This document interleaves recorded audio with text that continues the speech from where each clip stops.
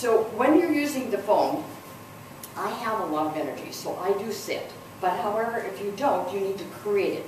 And standing up definitely makes that difference. I wear a headset, and the reason I do is because I can use my hands. So when you're using the scripts, there's several things. When do you plan on moving? So I can use my hands like this, and it has a down tone. If you say, when do you plan on moving, it's like, and that goes through the phone, it's like, what are you talking about? Whereas I'm asking them a question, and I'm asking for an answer when it's on a down turn. In my scripts, you'll see where there's little things, and you'll understand what I'm saying. And you'll hear it when I practice for you. Okay? I think a lot of you notice that I overemphasize my words. My mouth is open. I am not talking like this, because only 7% of what you say goes through the phone. So I'm always overemphasizing words, because, for instance, I say, this is Jane Woodward with John L. Scott Real Estate. Nice to talk to you, Jean. They pick up my name as Jean. So I know right then, I'm not emphasizing my words enough. So people are telling me, I mean, I'm hearing from them, you know, what they're hearing. Does that make sense? Okay. I don't want to go off on you too far here. I prospect at the same time every day, 8 to 11, for a few reasons. And some of you may think that this is off the wall completely. Number one is I have the energy, because this is hard work. This is emotional. It is, if somebody says no, I don't really care, because nobody is going to affect my day.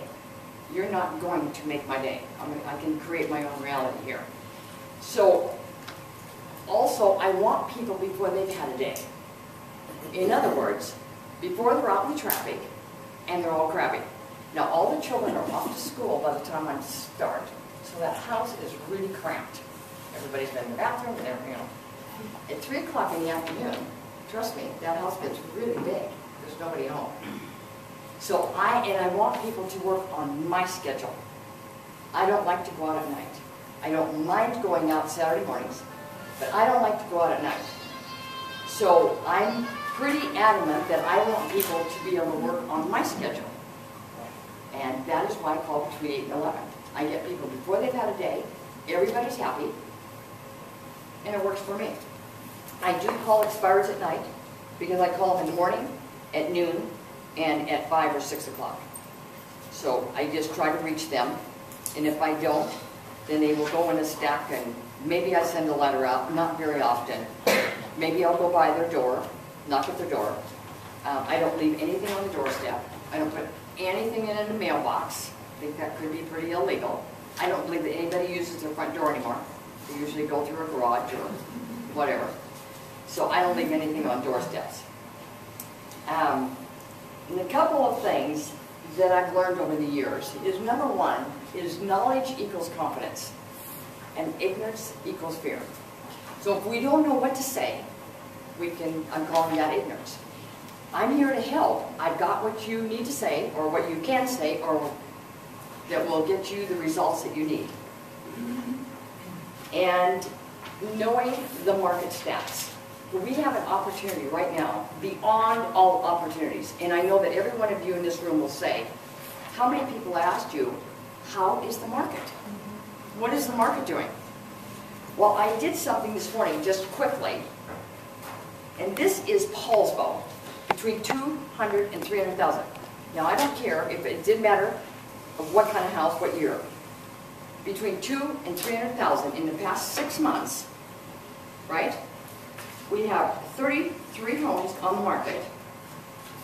7 and 5 is 11 homes have got under contract. There's 1 that is contingent, 6 are pending, and 5 are pending inspection.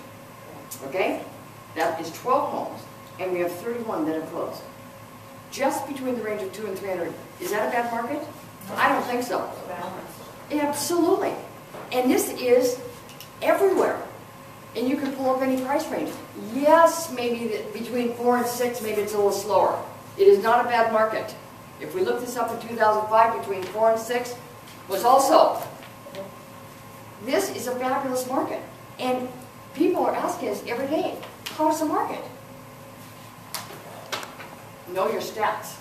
I think that is probably very important. I study the MLS every single day.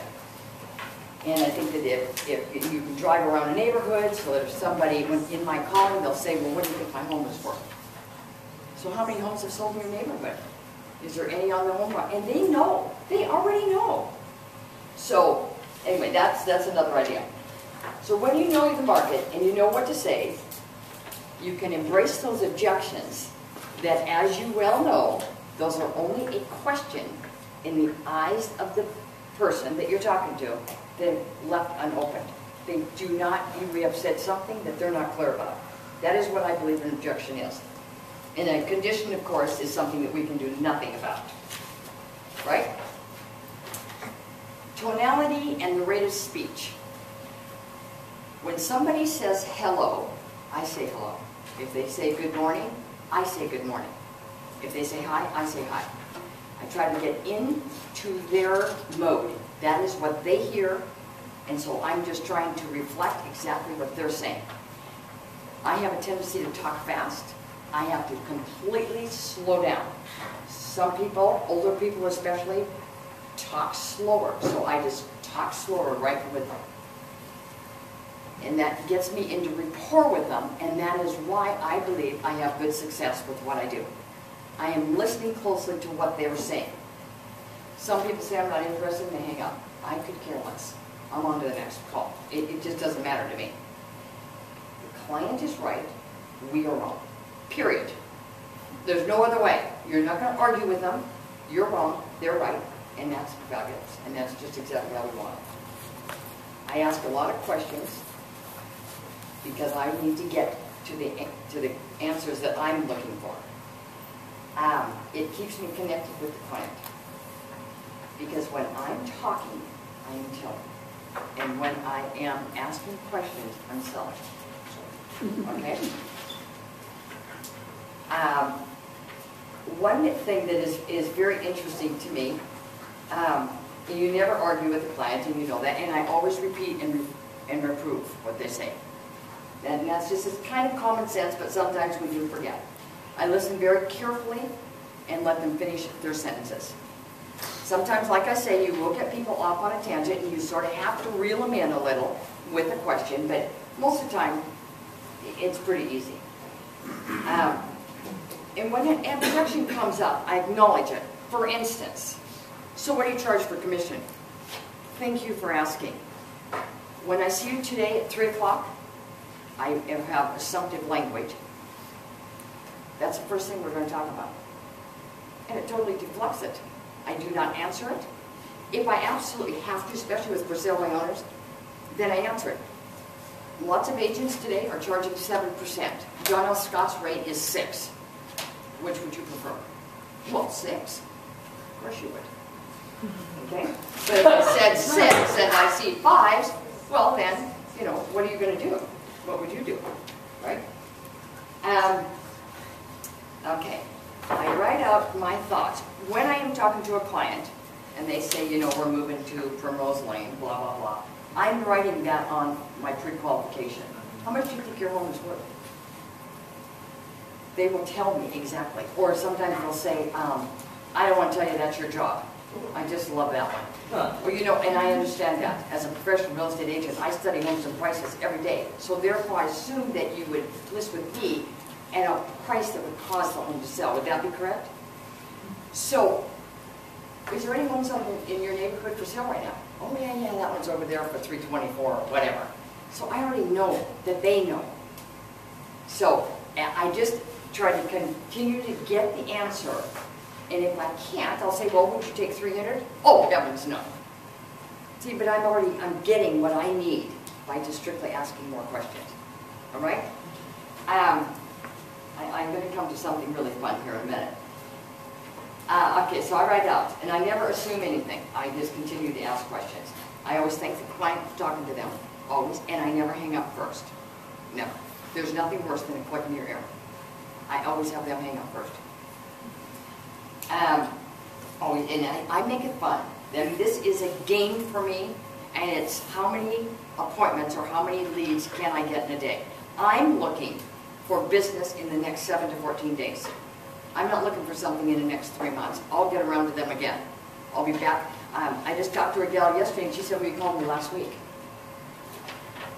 Different way of, I was prospecting an area, calling around to listing. Well, now I'm just going back to the phone book. She came up again.